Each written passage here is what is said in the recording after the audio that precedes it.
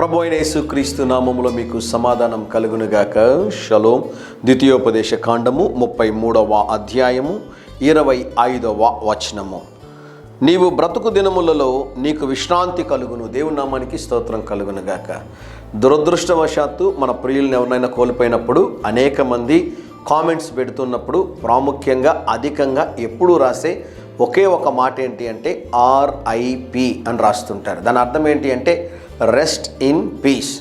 గమనించండి ప్రియులారా, మన ప్రభు అయిన యేసుక్రీస్తు వారు ఇచ్చిన శ్రేష్టమైన వాగ్దానం ఏంటి అంటే మీరు మరణించినప్పుడు మీరు సమాధానంగా ఉంటారని కాదండి. భూమి మీద మీరు జీవించుచున్నప్పుడు, మీ చుట్టూ సమస్యలు ఉన్నప్పుడు, మీకు కష్టాలు ఉన్నప్పుడు, సాతాను మీ పైన భయంకరమైనటువంటి కార్యాలు జరిగిస్తున్నప్పుడు, సాతాను బలమంతటి మీద మీకు శక్తిని అనుగ్రహించి ఆ సుడిగుండము మధ్యలో మీరు ఉన్నా కూడా యేసు ప్రభు శక్తి ద్వారా మీరు శాంతితో సమాధానముతో బ్రతికే కృపను దేవుడు మీరు బ్రతికున్న దినముల్లో దయచేస్తాడని దేవుని సేవకుడుగా తెలియజేస్తున్నాను.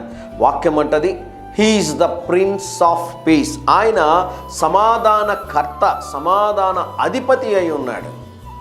శాంతిని అనుగ్రహించడానికి లోకానికి వచ్చాడు యేసు ప్రభు వారు. చనిపోయిన తర్వాత కాదండి శాంతి, మీరు బ్రతికున్నప్పుడు మీకు శాంతిని అనుగ్రహించడానికి, సమాధానమును అనుగ్రహించడానికి యేసు ప్రభు వారి లోకంలోనికి వచ్చి ఉన్నారు.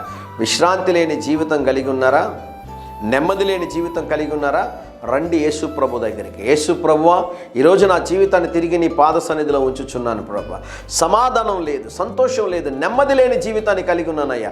నాకు విడుదలను దయచేయండి ప్రభువా. మీ సమాధానము, మీ శాంతిని నాకు అనుగ్రహించండి అంటే యేసయ్య మిమ్మల్ని పరిశుద్ధపరచి, మిమ్మల్ని క్షమించి, ఆయన శిలువ రక్తము చేత మిమ్మల్ని కడిగి మీ పైన ఆయన ఆశీర్వాదాలు కుమ్మరిస్తారు అని దేవుని సేవకుడిగా తెలియజేస్తూ ఉన్నాను. దేవుని శాంతి సమాధానము మీ హృదయములను ఏలుచుండునుగాక. ఆమేన్. ప్రియ పరలోకపు తండ్రి, ఈ దినం మా ప్రియులు ఎవరైతే ప్రభువా సమాధానము, సంతోషము, నెమ్మది లేని జీవితాన్ని కలిగి ఉన్నారో వారికి శాంతిని, సమాధానమును దయచేయమని యేసు నామములో ప్రార్థిస్తున్నాము తండ్రి. ఆమెన్. ఆమెన్.